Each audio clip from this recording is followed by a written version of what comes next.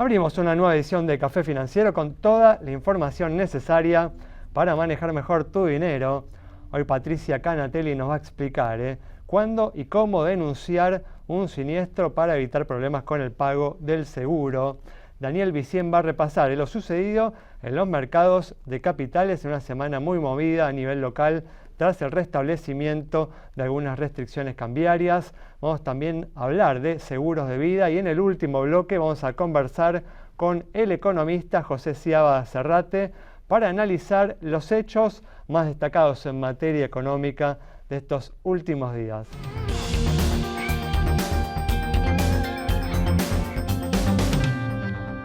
Abrimos este primer bloque con información sobre lo sucedido en el mercado financiero. Hoy los dólares, justamente de ese origen, volvieron a superar los 1.500 pesos luego de la tregua que habíamos tenido la semana pasada en la que habían llegado a cotizar por debajo de los 1.400 pesos. Daniel, ¿qué tal? ¿Cómo andás? Todo muy bien, gracias, Alejandro. Gracias por estar aquí. Bueno, por un lado, sin duda esto es producto, consecuencia de la restitución, ¿no? El viernes pasado, de esta nueva restricción que impide, ¿no?, alimentar con dólares oficiales el mercado financiero, pero también en los últimos días ha comenzado a subir, hoy en particular hubo un salto en lo que son justamente el mercado oficial, ¿no?, con un salto importante tanto en el dólar mayorista como en el dólar minorista, ¿no? Es así, recordemos que en abril se habían sacado las restricciones y entonces la brecha, que en ese momento había llegado a 25%, se había ido a cero por los arbitrajistas que pueden entrar entre uno y otro mercado. Claro, exacto. Y bueno, al poner una restricción, vuelve a haber una brecha. Ahora la brecha está alrededor del 5%, hay días que llega hasta el 9%. Y justamente se pusieron estas restricciones para que no hubiera este famoso rulo que permitía que... Sí, básicamente para que no se vayan por el mercado financiero dólares que alimentan el mercado oficial, ¿no? Exactamente, y justamente estaba la liquidación de las retenciones cero y el gobierno quería quedarse con dólares. De hecho se quedó con 2.200 millones de dólares, ¿cierto? Tal cual. Bueno, acá la gran duda, ¿no?, de todos es cómo manejarse, ¿no?, en estas semanas muy particulares acercándose, ¿no?, las elecciones del 26 de octubre. Bueno, la realidad es, vos lo sabés y lo conocemos todos, en Argentina cuando se acercan las elecciones la gente se quiere dolarizar y esperar, no hacer nada, a ver qué pasa, el normal de la gente. Y más cuando existe, ¿no?, una probabilidad de una derrota del gobierno que de alguna manera ha sido, ¿no?, un garante de la estabilidad financiera en estos últimos años, ¿no?, con el superávit fiscal. Es así, el superávit fiscal sigue, ¿no?, la inflación sigue baja, los números macro parecerían no tener problema, que se detuvo un poco la economía, es cierto, pero tiene que ver también con esta suba del dólar y la expectativa de lo que puede pasar en las elecciones. Es decir, es un gran, ¿cómo decís?, un gran miedo de lo que puede pasar si hay un cambio de régimen o algo por el estilo, o posibilidad de un cambio de régimen, y eso demora muchas decisiones, ¿sí? Entonces, mucha gente se dolariza y se puede dolarizar o comprando dólares o comprando algún instrumento que esté dolarizado. Claro, ahora igual, ¿no?, con esta brecha que se ha generado, ¿no?, entre el dólar oficial y el dólar financiero, obviamente la recomendación sin duda es ir por el lado del mercado oficial. Exactamente, pero eso te deja 90 días afuera del mercado, de poder invertir los dólares, salvo en fondos comunes de inversión en dólares o en una licitación primaria como hoy hubo una de YPF Energía Eléctrica, sí, exactamente. Bueno, para tener en cuenta estas opciones. Vamos a trasladarnos ahora al mercado de seguros y como habíamos anticipado en la apertura, vamos a explicar, ¿no?, cómo hay que manejarse, cuándo y cómo no hay que denunciar un siniestro. Patricia, ¿qué tal? ¿Cómo andás? ¿Qué haces, Alejandro? Buenas. ¿Cómo Gracias estás? por estar una Para vez mí más es un aquí. placer estar acá. Bueno, un tema realmente importante, ¿no?, que hay que Sí, tener en cuenta, ¿no? la verdad que sí, es muy importante.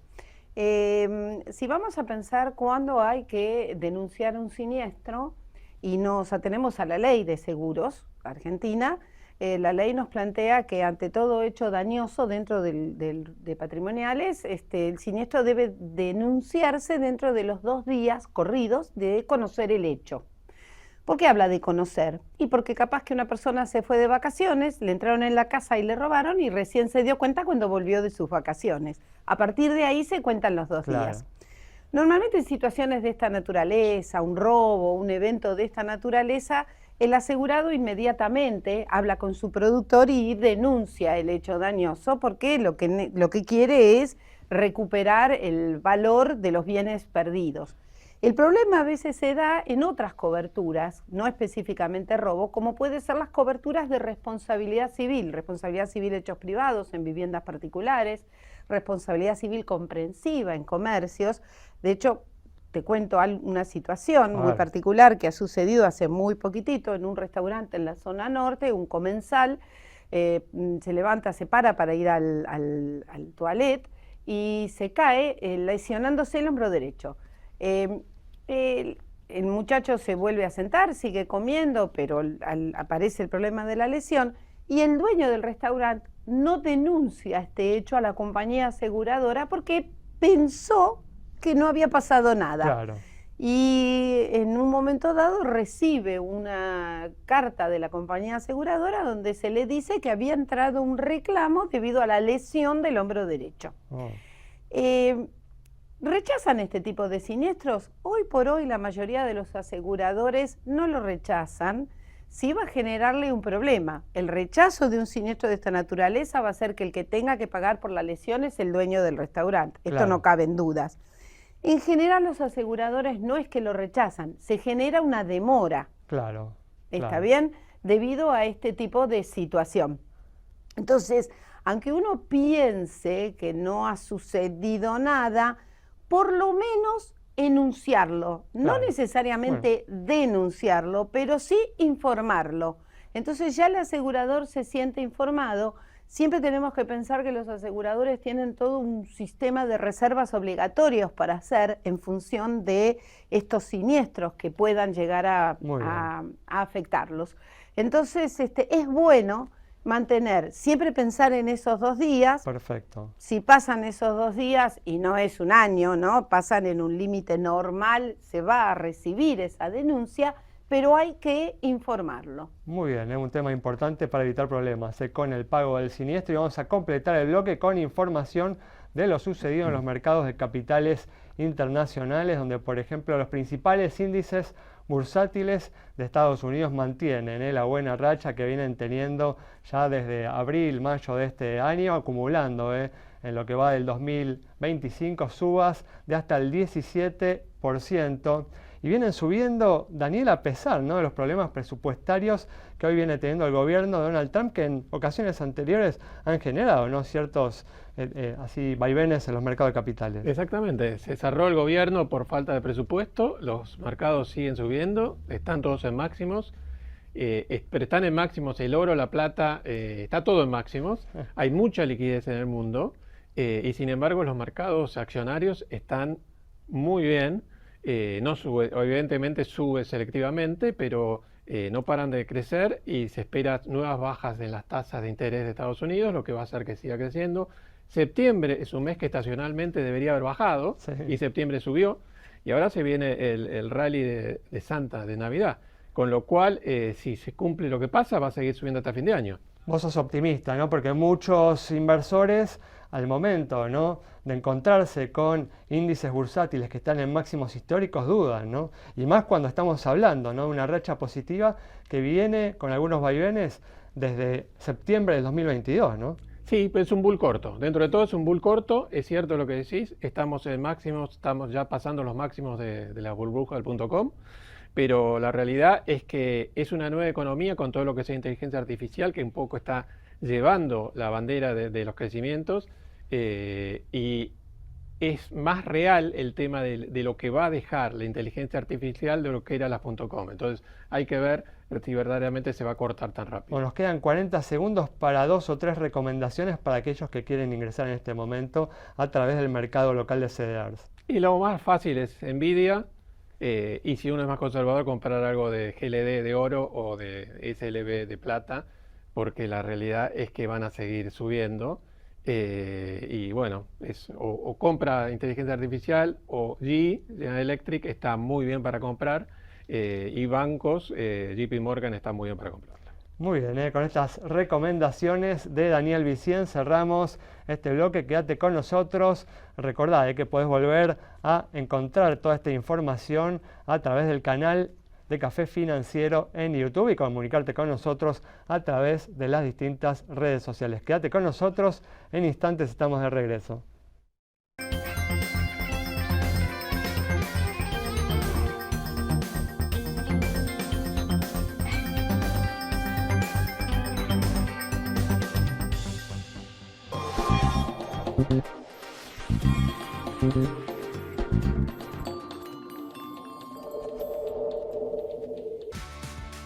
¿Y si el que se cae es él?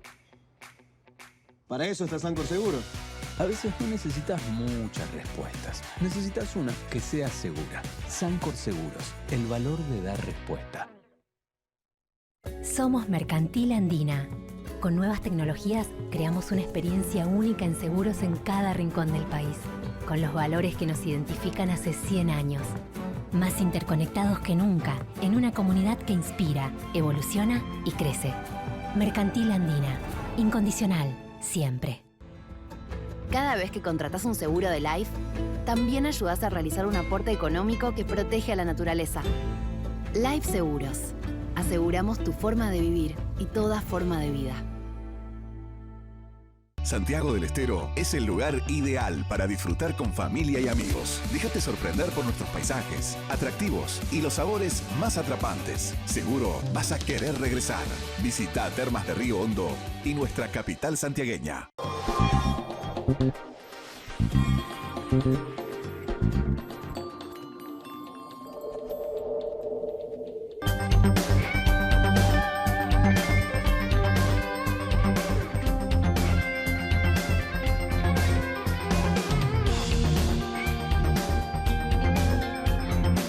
Abrimos este segundo bloque en el que nos vamos a dedicar a entrar en detalle sobre los seguros de vida. Y para ello estamos con Diego Medrano, que es jefe comercial, canal Paz y broker de CNP. ¿Qué tal, Diego? ¿Cómo andás? ¿Cómo andás, Alejandro? Gracias por invitarme a este espacio. Gracias a vos por estar aquí. Bueno, contémosle al público, ¿cuáles son las características, ¿no?, de los seguros de vida que ustedes ofrecen? Bueno, dentro de lo que son seguros de vida de personas, nosotros tenemos una gama muy amplia de seguros, ya sea seguros individuales, para el individuo per se, como también para empresas. Las empresas, bueno, se dividen en seguros que son mandatarios y seguros que no son mandatarios, pero que cumplen con el beneficio o con el sistema nuevo que se llama bienestar para los empleados. Muy bien. ¿Y cuáles son justamente los riesgos que están contemplados en estas coberturas que ofrecen? Bueno, por ejemplo, en el riesgo que hoy te quería comentar, que es, por ejemplo, un producto que tenemos hecho pensado a medida, que se llama el Confiance. Es un producto que cubre, además de la cobertura de muerte per se, que es la cobertura principal de un seguro de vida, tenemos coberturas adicionales, que son, por ejemplo, doble por muerte accidental, también lo que es hijo póstumo, trasplantes, enfermedades graves, terminales, invalidez y demás. Sí, en los últimos años se amplió, ¿no?, mucho el alcance de este tipo de seguros. Sí, totalmente. Vimos que el mercado argentino fue creciendo con respecto a eso, que se entiende, que ya el asegurado empezó a entender de que un seguro de vida no es solamente si me pasa lo impensado, responde la compañía ante un fallecimiento, sino que en el medio hay otros sucesos que le pueden pasar al individuo. Y para eso se articuló un seguro, no solamente nosotros, sino muchas compañías lo tienen, pero particularmente el nuestro es muy abundante y muscular con respecto a cobertura. Y desde ya también los seguros que ustedes ofrecen tienen un componente de ahorro, ¿no? Sí, tal cual. Nosotros, pensando justamente en el individuo, decimos, bueno, ¿cuáles son los dos pensamientos financieros que tiene una persona con respecto a lo que es su vida, ¿no? Vos decís, o vivo poco o vivo mucho. Claro. Si vivo poco, necesito justamente, estoy ante la necesidad de un seguro que me cubra en lo inmediato para mis necesidades financieras y familiares. Si vivo mucho, ya sabemos que necesitamos un complemento a una jubilación que puede ser escasa, ¿no? Ahí veían la información, ¿no?, que tiene usted sobre los productos, que uno puede contratar un seguro de vida con solo 20.000 pesos, ¿es así? Sí, es correcto. En el caso del producto Confiance, que tenemos seguro de vida individual, arranca con una prima base mínima de 20.000 pesos. Definitivamente es un plato, ir a cenar una noche a un menos restaurante, también, ¿no? Menos de un plato, ¿no? Así que digo, por ahí la gente a veces tiene como la idea de que el seguro de vida es algo costoso, ¿no? Tal cual, pasa que bueno, uno generalmente no suele ponerse en el centro de la escena, ¿no? Y piensa en todas las necesidades que tiene la familia y justamente qué pasa cuando uno no está. Bueno, ese es el impensado, ¿no? Y por eso está pensado un producto así. O justamente, ¿no?, en relación a esto último que decís, ¿no? ¿Por qué es importante, ¿no?, desde tu opinión, contratar un seguro de vida para una familia, para una persona, ¿no? Bueno, es importante porque nosotros sabemos que tenemos tenemos financieramente una historia para atrás y sobre todo una historia para adelante, que si nosotros no estamos, sabemos que la familia lo va a necesitar.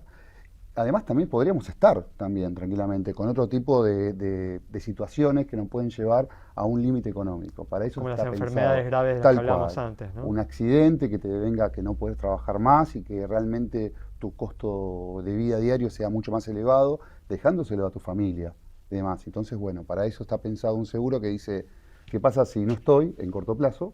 Bueno, tengo un seguro de vida que me acompaña para esto. ¿Y qué pasa también para el componente de ahorro? ¿Qué pasa si vivo mucho?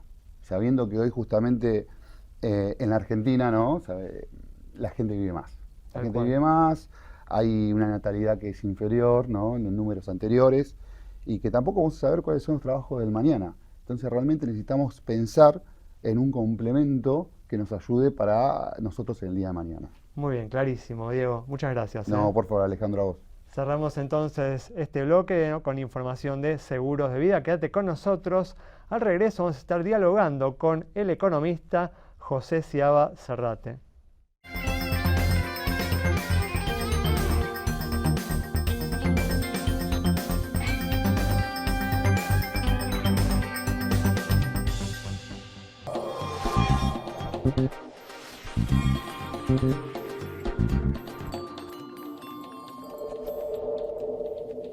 ¿Y si lo que fuerzan es la cerradura de la puerta?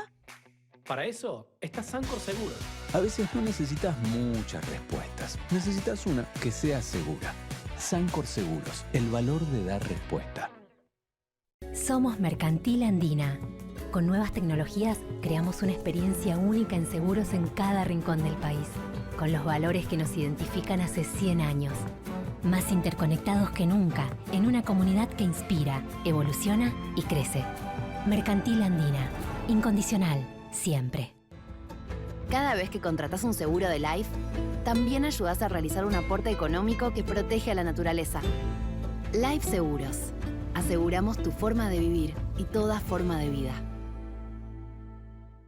Santiago del Estero es el lugar ideal para disfrutar con familia y amigos. Déjate sorprender por nuestros paisajes, atractivos y los sabores más atrapantes. Seguro vas a querer regresar.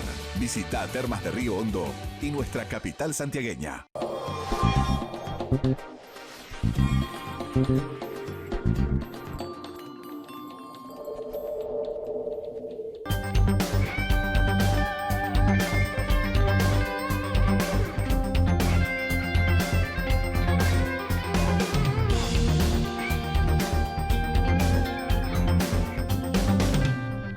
Abrimos este último bloque ya con la presencia del economista José Ciaba Serrate para analizar las principales noticias económicas de estos últimos días. José, ¿qué tal? ¿Cómo andás? Muy bien. Gracias por la invitación. Gracias a vos por estar aquí. Claro. Bueno, como hablábamos en el primer bloque, los dólares financieros volvieron a subir hoy por encima de los 1.500 pesos tras la tregua de la semana pasada en la que llegaron a cotizar por debajo de los 1.400 pesos.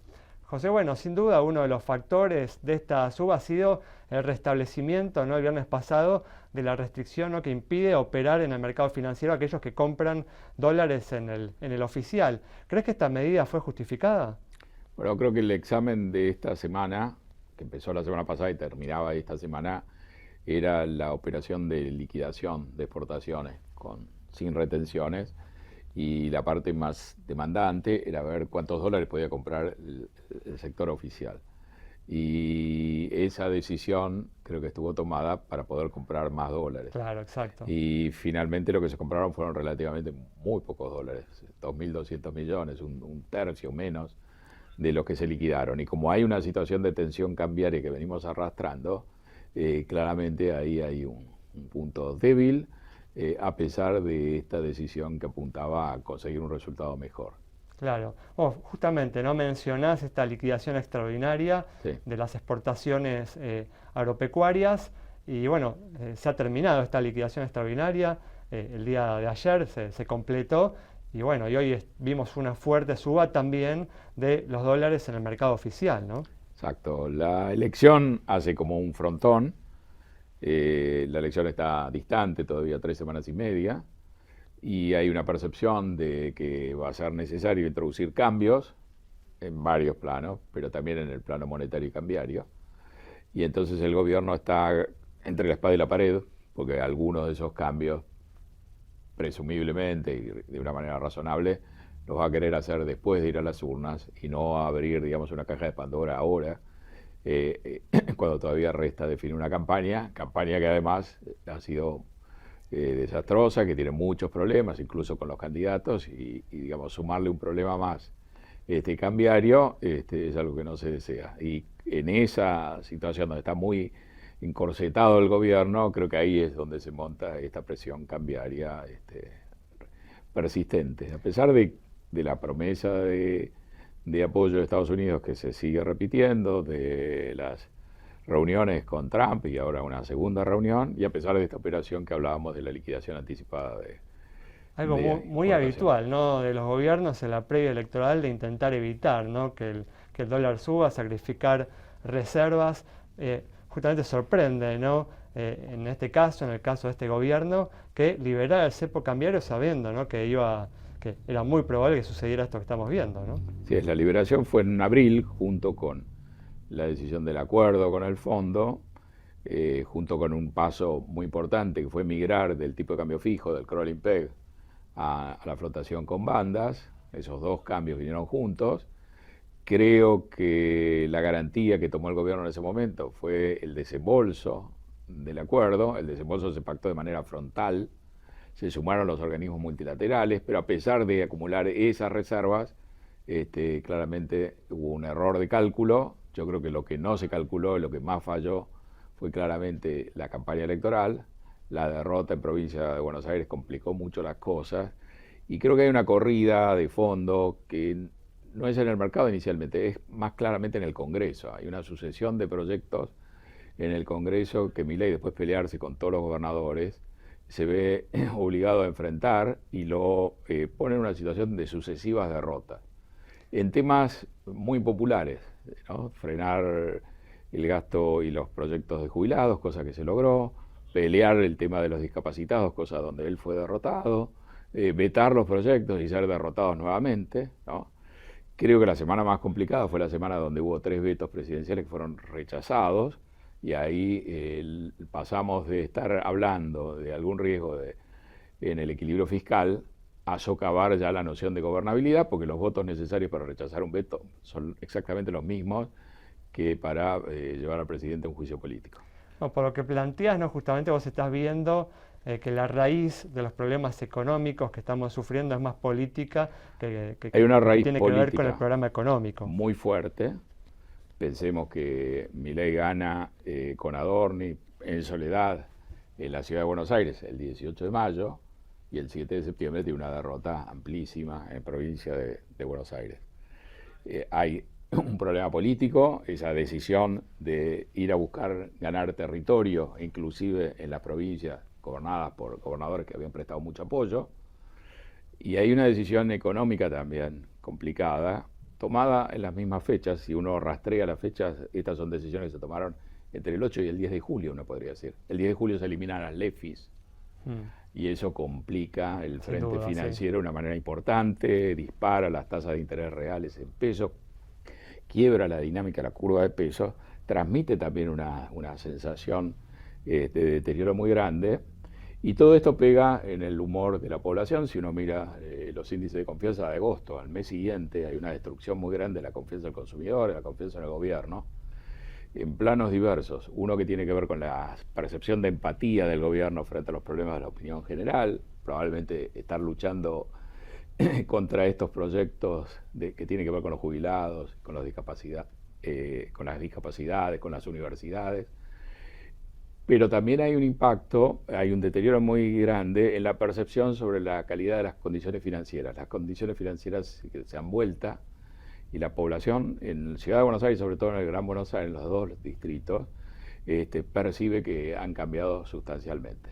Pensemos que hay un boom de crédito, que hay problemas para pagar el crédito, así que hay razones políticas fuertes, y la de las LEFI creo que también hay que considerarlo. En los últimos días también me sorprendió el comportamiento del riesgo país, que bajó muy fuerte la semana pasada tras la noticia, ¿no?, del apoyo del gobierno de Estados Unidos, pero rebotó fuertemente esta semana, ¿no? Volviendo a superar en estos últimos días los 1.200 puntos. Y la pregunta es qué cambió, ¿no? Entre la semana pasada y esta, ¿no? Bueno, si estuvieran los dólares, si estuviera a lo mejor mejor definido el esquema de asistencia de Estados Unidos en qué va a consistir, a lo mejor tendríamos hoy un horizonte más distendido. Pero creo que hay que ponerlo en este marco, que es pensar que el gobierno va a estar limitado para develar las medidas de fondo que piensa tomar hasta después de la elección, que lo que se arregle con Estados Unidos se va a poner en marcha recién después de la elección y en función del resultado de la elección.